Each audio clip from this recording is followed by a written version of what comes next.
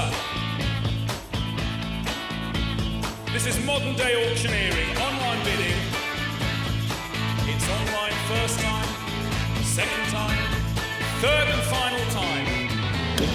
Hello everyone and welcome to the Mike Brewer Automotive Auctions podcast. You'll be pleased that you're here this week because we've got a fabulous guest lined up. But remember what Automotive Auctions is all about. Contact us today. Sell next week with no fees. Can you believe that? With no fees whatsoever.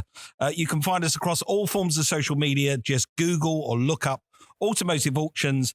You can try putting a UK on the end when you're on Instagram and Twitter, and you will find us. Now, today, I am delighted to be joined by Master-in-Chief himself, Mr. Nick Whale. You all right there, Nick? I'm very well indeed, Mike. Thank you. Excellent. And our very special guest happens to be a proper, and I don't like to use this word lightly, but he really is, a national treasure, Mr. Nigel Havers. Well, hello. Nigel, so good to see you. It's very good to see you. I'm quivering with anticipation talking about cars and things like that. Don't be quivering. Nigel is the Benjamin Button of men, isn't he? How does he do it, Nick? Is it like injecting glands or something? It's in the genes, you see. You've got very good genes. Yeah. Very good genes. I, you know, you've been a part of my life, and I'm pretty sure part of Nick's life, and everyone who's listening. And I'm going to say this in the politest way: forever. I've sort of grown up with you. Well, I started when I was 12.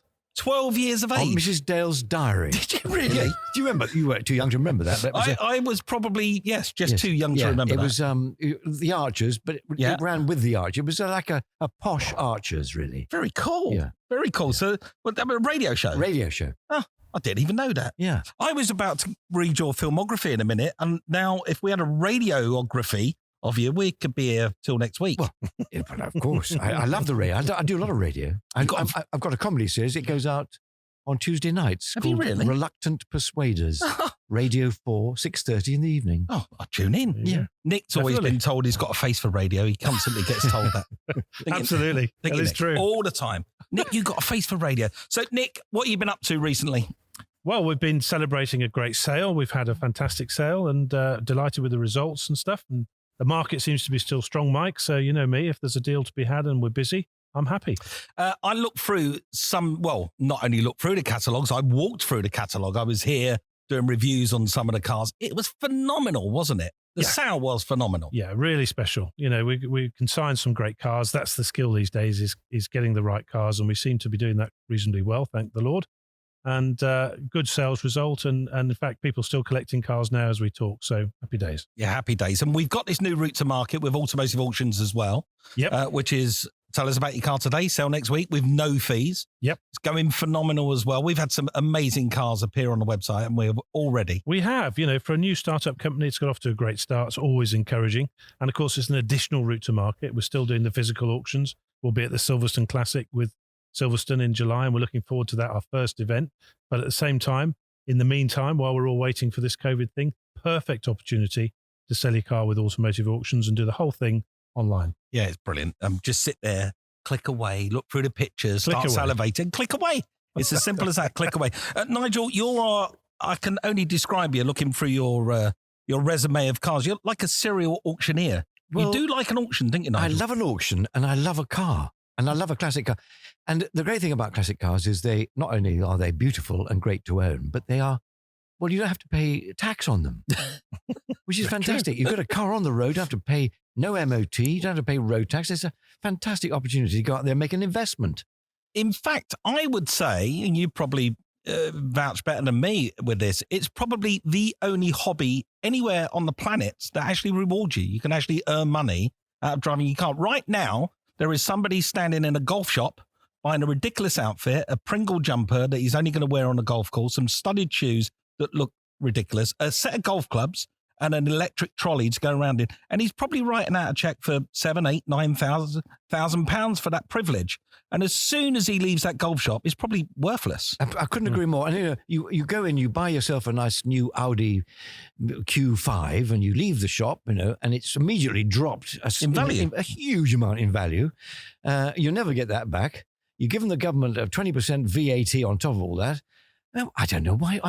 come to these sales and buy a classic car and use it. Exactly. I can't think of anything more fun. For the same Absolutely. amount you could spend in a Golf Pro shop, you could buy yourself a TR6, drive it around for buy a TR6 for $8,000, drive it around for 2 years and sell it for $10,000. An MGB. I had an MGB for years. British Racing Green, the overdrive switch on the right-hand side. Absolutely fantastic. Had it 14 years.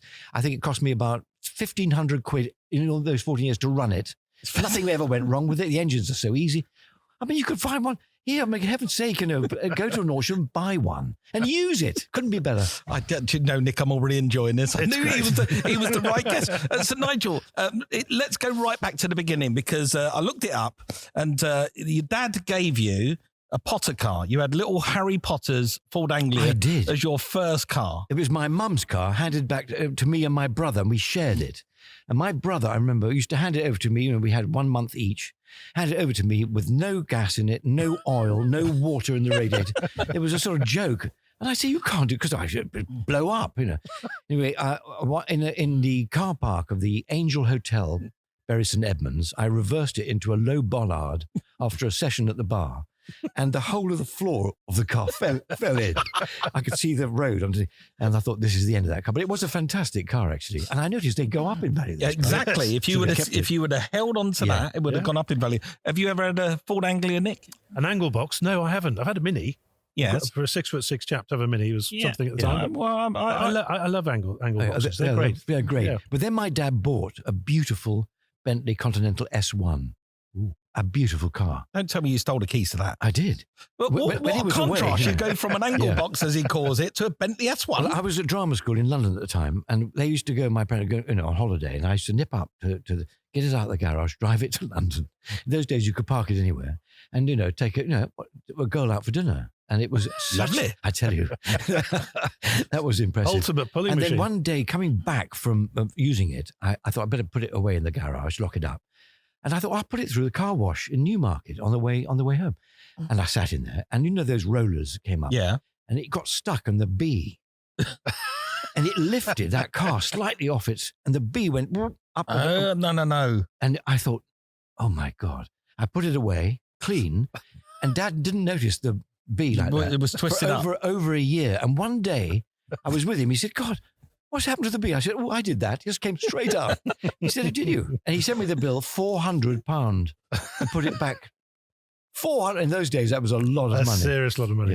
Yeah. But we are saying £400 how many years ago? 68, 69. 19. Yeah, I mean, that was, that's a year's wages to some people, wasn't it? Back I then? had to pay it in stages, and it was a nightmare. But what a wonderful car, Bentley S1. Oh. Still good today, still a beautiful car. Talking of Bentleys and an S1, a car that echoes the lines and the look of an S1 you've just recently bought. Well, I just couldn't resist it. I found a Continental GT 2010, dark blue, magnolia hide. I just couldn't resist it. No, I love the way you sound when you said that. You changed from being like Nigel Havers to a much posher version, if there is such a thing. You went, 2010 Bentley GT Continental. Just a beautiful car, though, to be in, to be around, to drive. Yeah. A real turnkey, beautiful car that has got all those classic lines. Yeah, and I intend, when we can, to leap in it and drive down to the south of France. That's what you're supposed to do. It was a GT. Lovely. Yes. Yeah, and stay in Beaulieu-sur-Mer. Yes, And wonderful. And if Nigel was a car, he'd be a Bentley, wouldn't he? I think his I think he values would. are all Yes. Bentley's values. Yes, I think he would. It's not like, when you look at Simon Cowell, you think he's a hairy-chested Brit, it'd be a Healy. Yes, But something like that. so not in Healy. But when you look at Nigel, he is a Bentley man, isn't What he? would Piers Morgan be? A sort of A Cortina. a grumbling Cortina. Yeah, a Cortina that's grumpy and will never start. Yeah. No, he'd be something Italian that constantly breaks down and walks off. I thought a Ford Granada with a really bad exhaust pipe on it. One thing that I did find astonishing when I was going through the notes of your car history, and we're going to talk a lot about your passion for cars, is that you did at one point buy what I consider the world's greatest car, a Porsche 911. Yes. And you got rid of it after 10 days. I did. I was working very hard on some series, and I used to drive it to work. And at the end of a day's filming, to get into it, it was the hardest drive in traffic that I'd ever come across. Heavy clutch. Very heavy clutch, and it made a great noise though. But it went. So is there no desire to get yourself back behind the wheel of the Stuttgart brand? I would love a Porsche. Actually, I would love.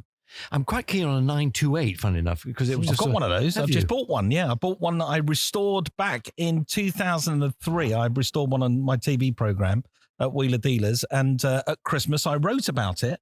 And the guy who owns it now lives in Ireland, and he said, I got that car, I bought it many years ago, and now I'm getting divorced. Do you want to buy it back? So I bought my car back. Yes, it's lovely when they do a 360 and they come, or 180. I mean, they come back. They lent me one years and years ago, and I thought it was a very, very comfortable, fast car. It is. You can lend mine anytime you like. Really? What colour? Auto. It's in that beautiful bronze brown metallic. Oh, very smart. With the brown leather interior. Very It's smart. gorgeous. Yeah, lovely thing. You're more than welcome to it anytime, Nigel. Thank you. Sounds like a Bentley Porsche swap coming up. We could just do a week swap. Yeah, fantastic. Very good. And then after your success with the film Chariots of Fire, which was phenomenal, you then went on to buy a Jaguar E-Type Roadster. I did buy a Roadster E-Type. Tell us about it. I found it, and it was, I loved it. My mother-in-law at the time absolutely adored it. So I used to pick her up on a Saturday morning and take her for a spin. So as fast as I could go. When you're doing 80, 90 in that, you feel you're doing about 200 miles an hour. It's an incredible feeling. And the car starts to sort of almost take off. Yeah. But it's, what a classic car. Beautiful car. Yeah. You loved that ownership when you had that car? I loved it, yeah. Yeah, fantastic. So much so that after you sold it, you've obviously hankered after one for many generations or decades. I did. I really regretted selling it in a big way, yeah. You did for decades, Nigel. Decades. Not like you didn't regret it and go and buy one straight away. You waited decades and then you've just gone and bought another one. I did. I sourced it. I spoke to Nick here. He said, if I were you, I'd go for this. And I did. And I'm really happy that I did. Because do you know what the car is, Nick? What he bought? Do you remember it? Yeah, of course I do. He bought a lovely Series 2 red E-Type Roadster. Oh, yeah. Say it again, Nick. I just love that. Yeah. Series 2 E-Type Roadster. It's, it's funny. When you sell these cars, obviously, I mean, you as an auction house, you read the history file, you look at the car, and you hope that everything comes right. But you never know for 100% certain. And I've never wanted so much in my life a car to deliver what it was supposed to deliver. And I'm really pleased that it did. But it turned up, and it's absolutely what it says on the can. It's unrestored. It's which is what I wanted. I didn't want a restored car because you never drive them, too frightened. It's completely for real. The engine is great. The condition is fantastic. It's in its own carcoon for the winter. I just love that. I love that. The fact that you've got a carcoon for it. I have 2 carcoons. Really? Yes, I do. What's in the other one? I got a little SLK that I've had since. Lovely. I bought that new in 2002. Oh, nice. It's lovely to know that you actually hold on to these cars. Yeah. You hold on to it for that length of time. You're a proper car owner, No, aren't you? I absolutely love them. And I love other people's cars. I mean, I'm just a fan of looking at all sorts of cars. It's just tell it because for our audience, I mean, they're going to love to know your history of cars, but obviously one of the most iconic cars on the planet happens to be a Jaguar E-Type.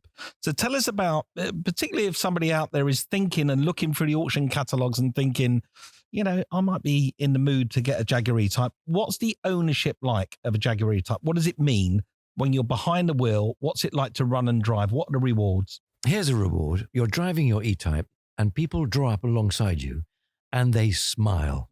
They say, thumbs up, good on you, mate. How's it going? That's great. Isn't that great? It's fantastic. People just think it's the most beautiful car that's ever been built. And Mr. Ferrari said that is the most beautiful car ever made. So, we have the stamp of authority from Mr. Ferrari himself. Yeah, it's great, isn't it? Also not nearly as expensive as you think to run. As long as you look after it, change the oil, have it checked over every year. Don't mess around with it too much. Don't spend, my opinion, don't spend millions trying to make it all restored. Just use it every day if you can. I use mine the first one I had every day was my only car. That's what I drove. It's awesome. It's absolutely awesome. Me and Nick always say that. We say if you're going to buy a classic car, use it. Cars like to get hot. They like to get cold. Absolutely. They like the wet. They like the dry. Yeah. They like the rubbers being squeezed. They like the gaskets to be heated up and cooled down. And that's the way to maintain them. That's the way to use them. I have a great friend. His name is Paul Zerdin, and he's a ventriloquist of all things. And I've known him for years. He won America's Got Talent. Oh, I know the guy. Yeah. And he loves cars too. So he takes the E-Type off in the summer for a month or a few weeks just to just to mess around with. So he Nice. Good thrashing. I always want Does he him. leave you something in Yeah, reciprocating? I take his F-Type, which is a good, nice. fun, nice car. So Oh. we just do a little swap. I like this relationship that we're forming with Nigel. So we are car swapping buddies now. Yeah, I think- apparently. I think I yes. think that could happen. Yeah, it's legal, is it? To be yeah. Yeah, I think it's legal. Car swapping is legal. There's some other swapping that's not kind of legal, Nick, but car swapping's legal. I've just got my fully restored 1964 Mini Cooper S. Every nut and bolt on the car has been completely and utterly restored. So It's you are mad, beautiful. in other words. I am completely bonkers mad. And it feels to me just like, that's like my Jaguar E-Type to Yeah. be in that car, 64 Cooper S. And that would be a lovely little charming swap for you. Oh, You would get the lovely. thumbs up in that, driving that Oh, around yeah. London. Or I had a friend who had a Cooper S, and it was just so quick. I mean, it's rapid. Yeah, Because your terrifying. bum or your arse is that Just- far off yeah, the ground, yeah, isn't yeah, it? brilliant. And you just feel like you're going Yeah. like on a rally stage. Yeah. I feel like I'm Paddy Hopkirk every time I'm behind the wheel. Of course, when the E-Type first came out, I mean, most cars went 70 max, didn't they? Yeah. I mean, the Ford Anglia went 40 max, and uphill in second gear, 30. Oh, but I mean, this Jag when it came out did 150, and people couldn't believe it. But now, I mean, you buy every car does 130, isn't it? Any car you own does that. Even a little Yeah, Honda. but you have to or- cast your mind back to when that car was around in the 60s, Yeah. and it's 150 miles an hour. Incredible. It's incredible, isn't Yeah, it? amazing. And that's what makes that car so special. I'm so Absolutely. pleased you've got yourself your own dream car back. Yeah, and you know something, the Series 2, I know it's not as valuable as the Series 1, but boy, is it much easier to drive. Yeah. It's Yeah. really comfortable to drive, and the seats, because on the Series 1, the seats are little bucket seats. Yeah, and, yeah. on a long journey, they can get you, but the S2 is much more comfortable, and it's been beautifully, the cockpit has been just rearranged, and it really works. I Better think. gearbox too. Better and, gearbox. and that 4.2 Yeah, straight 4.2. 6 they reckon is the 'Cause optimum. They stayed with that engine for Yeah. years, didn't they? Yeah, brilliant. So look through not only Automotive Auctions, because there's the odd little E-Type popping up on there now. So look through Now's the the time to buy. I think they're good value, aren't they? Yeah, they're really good value. They're really good value. And solid investment. And it's the 60th anniversary this Yes, year. Yeah, Yeah. of course. That'll This be year, it. yeah. Oh, that's a good tip, Nick, Yeah. because that is a solid investment then, isn't it? Yeah. These cars that reach their anniversaries, the prices tend to Yeah. pop up again. So a real solid investment. What's been your favourite car, Nigel? Out of all the ones that you've owned over the years, I can't believe you're going to skip past a Porsche 911 that you only owned for 10 days. Yeah. But what has been your favourite car? I lost a lot of money on the Porsche, by Did the way. you? Well, I went straight back to the guy and he said, can we just, he said, no, I'll buy it back for, and it was a lot less. Oh dear. Yeah. Wish you'd come and see me Yeah. or Nick. Yeah, I didn't know about it in those days. But my most fun, I mean, in a way, because I had it so long, was the MGB. I mean, only because it was sort of a really lovely car to own and not expensive. That and the E-Type are the two, really. That's lovely. Yeah. Yeah, two British icons Yeah. together with you. Yeah. Another British icon. Nick, MGB, you had one of them? No, I've not had an MGB. I've had a Mini, as I mentioned earlier. I can't think of an MG that I've had. What No, would be no, I your haven't. favourite car, Nick? You're going to say, can I guess? Go on. E30 BMW M3. Well, that would be right up there. I was a BMW dealer for 25 years. Right. And my late father was a BMW dealer, and my brother was a BMW dealer, and my nephew still is a BMW dealer. So there's been a few BMW dealers in the Whale family. And an E30 M3, for me in the day, I raced them, I rallied them, I drove in the British Touring Car Championship in an M3. So you have hit a high spot. But in truth, and I'm embarrassed to say this as Nigel clearly doesn't like them, but a 911 for me, Yeah. I've had a lot of 911s, but I'm an ex-race driver, so they kind of appeal Yeah. to my basic instinct, I suppose. Good. But a 911 is a car for me. So, I had an M635, Oh, lovely. which was Nice a car. great car. I had Yeah, that for a long nice time. car. Yeah, That was swift. yeah, That could move. yeah, absolutely. Yeah. 24 valve and all of that. Yeah, it's a great car. I had one Great too. car. And That would have been in manual, of course, because they were all it manual. was a manual, Yeah. and I sold that for what I paid for it. So I you always go. think that's a pretty good deal. it is a good deal. Yeah. One of my favourite all-time cars on the planet happens to be a Bentley 1929, 1930 Bentley 4.5 litre. Yeah. And I was in Bath. And funny enough, I met you in Bath once. Right. I did. I met you in that lovely hotel in the Crescent. Yeah. You were very pleasant. You wouldn't have a clue who I was, but I walked into the breakfast room and there you was, sat for breakfast, no doubt eating kippers. And as I walked in, I said, I just spurted it out. Mr. Havers, I was with my wife and daughter, and you were incredibly pleasant and polite. Thinking this guy must get pestered from morning to breakfast time or whatever. You were just incredibly polite, and you gave up all your time. And I was very impressed. It's very kind of you to say so. I was in Bath, walking down the street. I've actually got pictures of this, and I've posted them on social media. And outside Wizard Wines was a 4.5 litre British Racing Green Bentley. Chipped, marked, a little bit of oil sitting underneath it on the floor. And I stopped my car, got out and stood there and gawped going, it's just parked in the street. There's a 4.5 litre Bentley. And this guy come out of Wizard Wines with a bottle of wine in his, it could have been you, in his hand, jumped in the car and I went, excuse me, sir, your car, your Bentley. And he went, yes.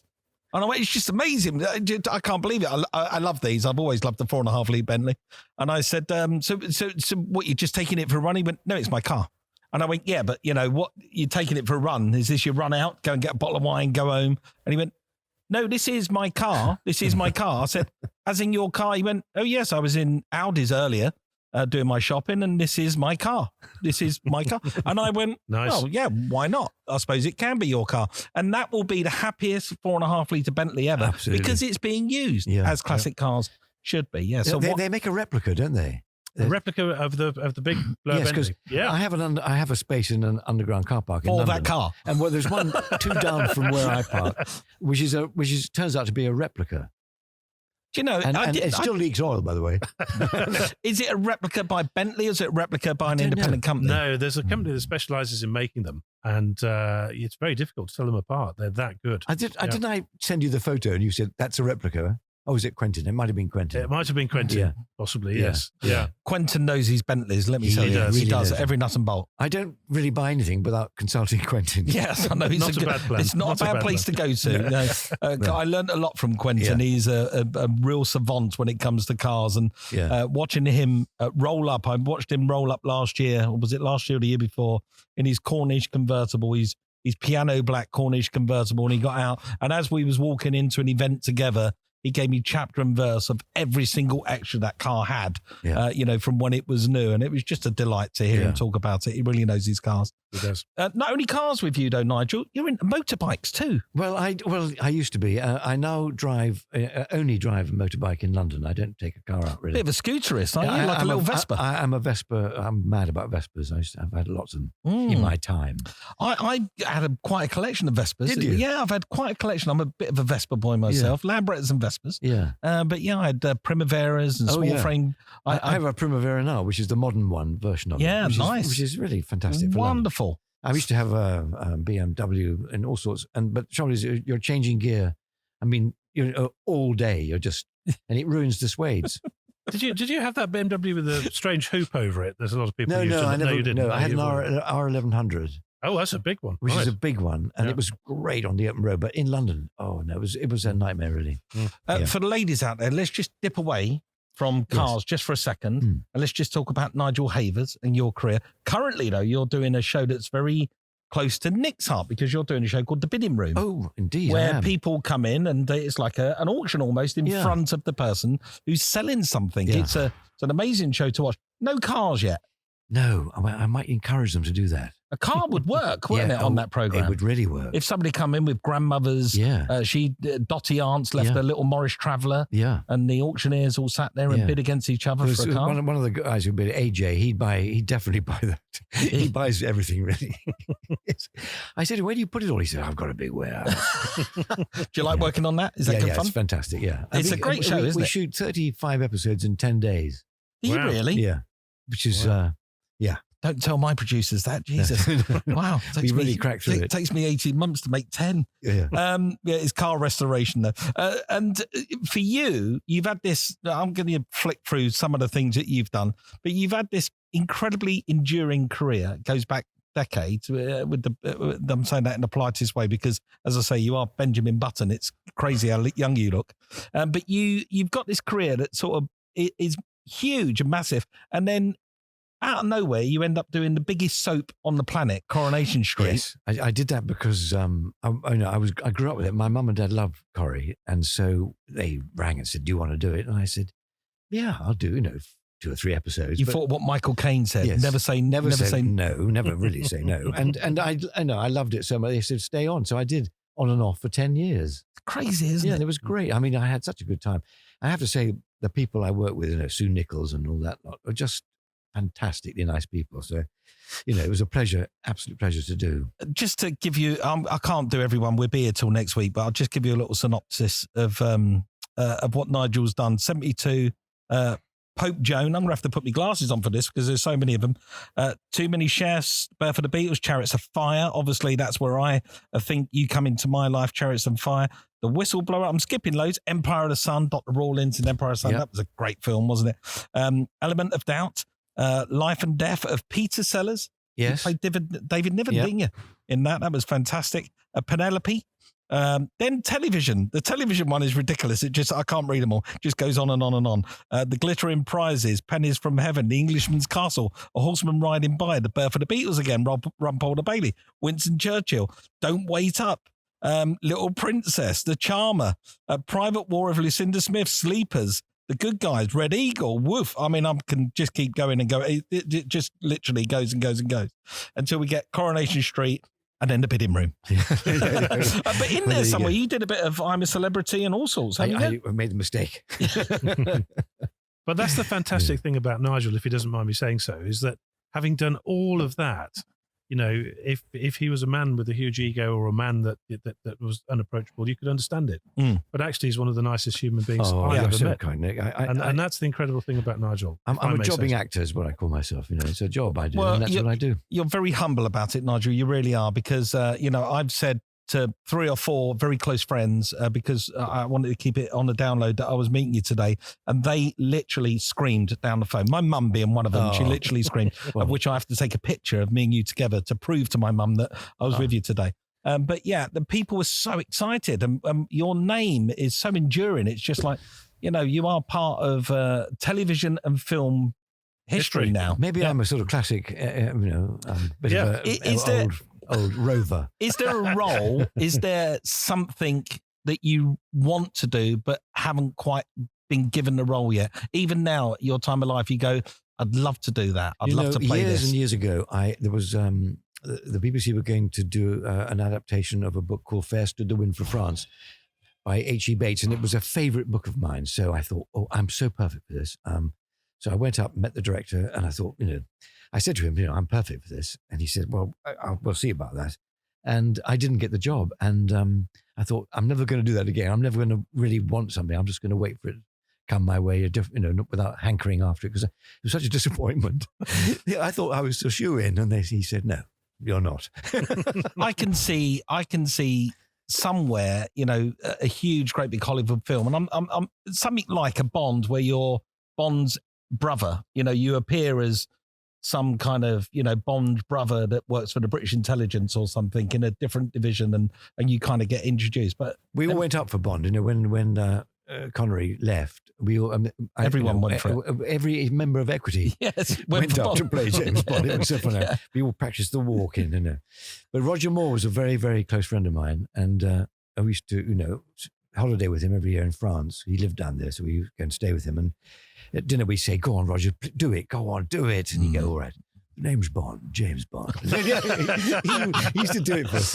It is fantastic. His voice was just Bond, wasn't it? For me, he was fantastic. Yeah. And the most lovely man. Yeah, when every autograph signed.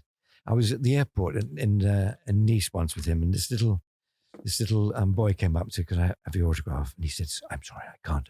I'm on a Secret Service mission at the moment." That's lovely. As he got on the plane, he said, "I can do it now. No one's watching." It was all that's nice. Isn't that lovely? Yeah, it's nice to hear that famous people can be humble, just like you, Nigel. Should I now start a campaign, Sir Nigel Havers? That would be perfect. It would be perfect, Nigel. It certainly would. Anyway. Right, so we ask our audience each week to get in touch with us and ask us a couple of questions that we can read out and involve our guests with the answers and Nick with the answers. And this week, our mailbox was full up. I've dug a few out and they're quite interesting. We've got Gail from Macclesfield. Hello, and Gail. when that came through, I thought, that's not Gail from Macclesfield. It's not Gal Gal. Is it from Coronation Street? No, but no, it's not. It's if Gal she from was, I'd be in trouble. You would be in trouble, yes. I owe her 60 grand. Unless it was still today. Contacting us by email. You can find our email address by just pouring through the website or contacting us through social media. Is there a car that Nigel would love to buy one day? Is there a car that's out there that you haven't bought yet that you would love to buy it? Yes, I would like to buy a Ferrari Daytona. I'm going to write that down. A Ferrari Daytona. Nick's ears just went ping as you said that. Nick's thinking, what have I got coming up in the next sale? I know, because the latest issue of Classic Car, one of the magazines, it says that they're 500,000 plus. Absolutely. Easy. Is that right? Yeah, easy. Is, yeah. Oh, my Easy. God. But you're Nigel Havers, and you do realise they have one on the Ferrari press fleet. So I'm pretty sure if you got me to do it, or Nick to do it, or your agent, or whoever, or just yourself, phoned up the Ferrari press office in the UK and said, I'm Nigel Havers. Can you send me the Daytona? I'd like to drive it for a week. Yeah. They would send it to your Well, it's house. a bit like, because in my underground car park, David Beckham's got all his cars next to my slot. And he's got about 8 and he's got Bentleys and all given to him. He's never paid for any of them. Nuts, isn't it? Isn't it nuts? Crazy. That question was for Nigel, but it'd be interesting to get your view, Nick. What's a car that you would love to buy that you've never owned? I've never owned a DB6 Aston. DB6 Aston. And I've got a bit of a yen for a DB6. Not a DB5, which was the Bond car. Yeah. The DB6, which is the later one that's a little bit more evolved, drives a little bit better. I remember as a kid always thinking one day I would love to own a DB6. Is that $1 million plus, that one? No, we've got several over there. Oh, have you? I mean, they're not cheap, I have to admit, but they are about $250,000, something like that. That's right. the kind of, so whether I could ever get there, I The don't know. DB5 is more expensive. DB5 is more expensive. It's rarer Because of Bond? because of the Bond connection and the whole DB5 sort of thing, Okay. misty-eyed thing. But I have driven a DB5 and they're not that impressive to drive, but I haven't driven a DB6 and I'm hoping they're going to be better. I'm going to keep this quiet, so I don't want anyone to know that I'm telling you this story. I certainly wouldn't put it out there on a podcast or let the world know or write about it. But there is a picture of me in the car showroom in Tooting, South London in 1985, leant up against the bonnet of a brown or bronzy brown tan interior Aston Martin DB5 that's marked up on the screen £9,995, and I swapped that car for a Volvo 240 GLT Estate. And my boss thought I'd done a cracking deal because the Aston was leaking on the showroom floor. My boss went, yeah, we sold the Volvo for 11 grand. So that week I was the good boy. But I look back at that and go, I am the guy that swapped an Aston Martin DB5 for a Volvo 240 GLT. We just keep that between us. I keep that very quiet. Yeah, Very keep quiet, that quiet. Mike, So yeah, mine would be, I think I'm going to go with a Bentley. Mine would be that 4.5 litre Bentley, 1929, 1930. Takes a bit of driving. Yes, but that's why. You're why. driving a car. Yeah, that's why. I like to feel, Connected. I like to feel connected. Yeah. I've got so many cars that don't feel connected. You Yeah. know, I get to live my life, through driving press cars and all these kind of modern things. I've got one of these new Porsche Taycans, electric car. Yeah. Does all the driving for Yeah. you. But there's something about getting in a car and having to crunch through the gearbox and wrench the Well, steering you could have wheel. that. I used to have a, Stamp on the Land, brakes. a 1959 Land Rover short wheelbase. You knew you were driving. I've just bought a 1954 Ooh. Series 1 Land Rover, so I know Fantastic. exactly what Yeah. you're talking about. I love them. They're great. Yeah, they're great cars. Yeah. So Stuart from Sutton Coldfield, he contacted us by Instagram and he asked, Nigel, what do you think is best about buying and selling a car in an auction? Well, What a great question. yeah, you're cutting out the middle. Why give this extra money to the middle guy? You don't Nice. need this middle guy at Yeah. all. He's, I know what they look like. Those middle guys. They've got suede shoes and expensive cufflinks. Yes. And you don't need that. Come to the auction. I personally like going to the auction, having a look, but this online thing is brilliant too. Yeah. Absolutely brilliant. It's fantastic. Yeah. There's some good advice as well. If you're going to go to an auction, make sure you know what you're going in to buy. Yeah. I always say fill your library before you fill your garage. Have some knowledge about what you're looking at. Set your target price. Stick to it. Absolutely. Don't let passion run away with you. But these days, there's so much advice out there, especially on our social media websites and all the places you can go and get lots of information about buying cars from auction. So go and do it. Have fun while you're doing it. You get a very, very good deal. And because you're saving quite a lot of money by not going to a dealer. You've got some extra money to fettle with it. Of course you have. To mess around. Of course you have. More fun. Especially if you're selling a car through Automotive Auctions, there's no fees either. Amazing. That It's is amazing. Yeah. No fees. You just put the car up and we'll sell it for you. Oh, that's done. brilliant. Gone. You don't have to worry about it again. Right, Ian Coombs from Red Hill has contacted us by Twitter and he's asked, Nigel, this is a great question. This might be a long answer though. Nick, think about your answer. Nigel, if you could pick a garage with 5 dream cars in it, what would they be? And it's a tough one because I'm asking you to choose 5 cars. Do you go, I want a convertible, a city car, a supercar, a classic British car to drive down the Côte d'Azur? What are your 5 cars? Well, I think I've sort of at the You've moment. got them, haven't you? I've got a Continental GT. Yeah, nice. I've got a little SLK, early SLK Mercedes. Fantastic little car. I've got an E-Type Jaguar. Yes, lovely. I've got an Audi Q8, Wonderful. which takes me anywhere, and I've got a Piaggio Vespa. 5. That's perfect. That is perfect. The Audi Q8 takes you anywhere except for any car parking space in the United Kingdom. Yeah, Yes, because you can't get it in one. No, you can't get it in one. You no. can't. No. Nick, 5 cars? Well, I'll start with 2 bikes just to throw you off the scent completely because we sell bikes at Yes. Automotive Auctions. Yep. So I would have an early Fireblade, the very, very first Yep. Honda Fireblade that was launched in the early 90s. I went to the TT on one. I knew the Dunlop family who were racing at the TT, had a great time. That bike has huge emotion for me. Equally, a Honda RC30, the Nice. VFR 750R, Yeah. which is the same sort of era, the predecessor to the Single Fireblade. swing arm, is that one? Yeah. I love that bike. So first 2 would be bikes. Car-wise, a 911 would have to be in there, Mike. Yep. For me, it just would have to be in there. Which one though? It would be an R, a 911R, which is a special, lightweight, stripped out manual car, but it does have your air conditioning, your bits and pieces to use. An R is just a very, very special Because thing. I had the T, 911T. Yeah, that's a nice car too. It is. Yeah. Okay. Yeah. Wish I'd hang got on one to of that those. now. Yeah. I made a mistake there. Anyway, carry on. So that's 3. I'd have a convertible of some sort. I don't know, really. 911? No, I wouldn't want to. No. I'd probably go for a Merc. I think a Merc's got some class Yep. about it, and I think What, it's a an nice car. SL, nice. Yeah, something like that. Yeah. Why not? And then I've just bought, this is awful now, it sounds like I'm showing off and I'm desperately keen not to do that, but I've just bought my first Alpina BMW. Oh, I know your Alpina, your 5 Series. My estate. Yeah. Yes. It's a 5 Series estate. And I think that's a great car. Yeah, You know, wonderful. that was a dream car of mine for years. We could never have an Alpina because we weren't Alpina dealers. And Sittner was the Alpina dealer up the road and he was the enemy. So we never talked about Alpina when I was a BMW dealer. But now I can talk about them, and not only that, I can own one. And I've got this B5 estate, and I love it. I absolutely love it. It's an amazing car. Yeah, and it's just a great thing to be in every day and propel yourself around. The dog goes in the back, the kids go in the, it's back. lovely. It's And just lovely. Alpina was the sort of their motorsport section, Yeah, wasn't it? it was, Like yeah. Mercedes It is. had AMG. AMG. Yeah, AMG. Yeah. Yeah. okay. BMW have And M. they're very sought after because I had a little SLC AMG for a Nice. while. Nice little thing. Yeah. Made a lot of noise and really wasn't that fast. But you sounded fast. And, Yeah. Yeah. there we go. It's wonderful that this conversation of cars has brought us three together. Absolutely brilliant. Nigel, have you got anything out at the moment that you want to talk about? Have you got a book or you got your radio show you tell us about? I've got my radio show and I'm just about to start shooting a whole new series of The Bidding Room. Yep. And then I'm doing another series of something called The Cockfields.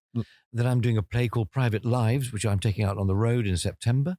And then I'm doing the second series of Finding Alice. You want to try and Brilliant. work a bit more. That's Yeah. what you should do, Nigel. Do you know what? After all these years, you might make a go of it. Yeah, well, Funny enough, you I'm might be- sticking at it. You're sticking at it.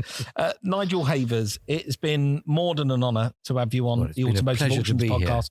It's been absolutely phenomenal. This is it's been a treat of an afternoon.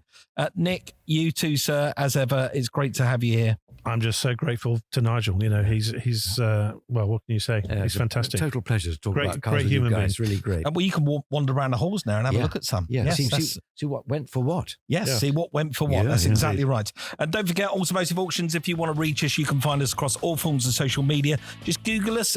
You can look at Automotive Auctions UK on Twitter, Instagram and Facebook. And remember, contact us today. Sell next week with no fees. And we're brought to you by the market leader, Silverstone Auctions Group. And we are Automotive Auctions. My name's been Mike Brewer, and I look forward to seeing you next time. Ta-da!